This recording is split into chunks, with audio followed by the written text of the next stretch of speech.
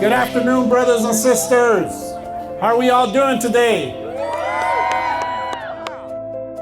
We're here in Corona today to hold Ken Calvert accountable. Hold him accountable for the work that he's not doing for his constituents here in Corona. We're tired of folks taking advantage, getting elected, and doing for themselves, right? There's a saying, is this about justice or just us? And definitely, he's not about justice. Labor has been the reason why we've had access to upward mobility, reasons why we've had access to work and thrive and not just survive. So life is better in a union for a whole lot of reasons. Having access to healthcare is just one of them. But getting paid what you're worth, having a pathway to entering the middle class. Unions made the middle class in this country. And over the years, as that narrative against unions was created, we've seen our country become weaker on a global level. Okay, so the big beautiful bill, which is the ugliest thing I've ever laid my eyes on. It's gonna decimate people's access to affordable care. The Medicaid cuts alone, it is a way of chipping away at the Affordable Care Act because they couldn't get it repealed when they wanted it to.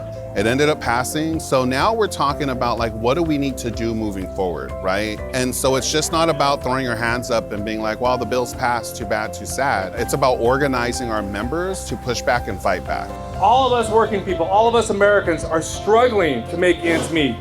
And by this bill, they're stroking inflation, raising interest rates, forcing people to pay more for their health care, for their food, for their housing. They also cut $3 billion from our higher education system. Representative Calvert's vote that happened, that did this. If the decision makers that voted for this bill thought it was a good decision, they would have voted to have it implemented the very next day. But the fact that they're pushing off its implementation until after the elections shows you exactly what this bill is about. They're afraid.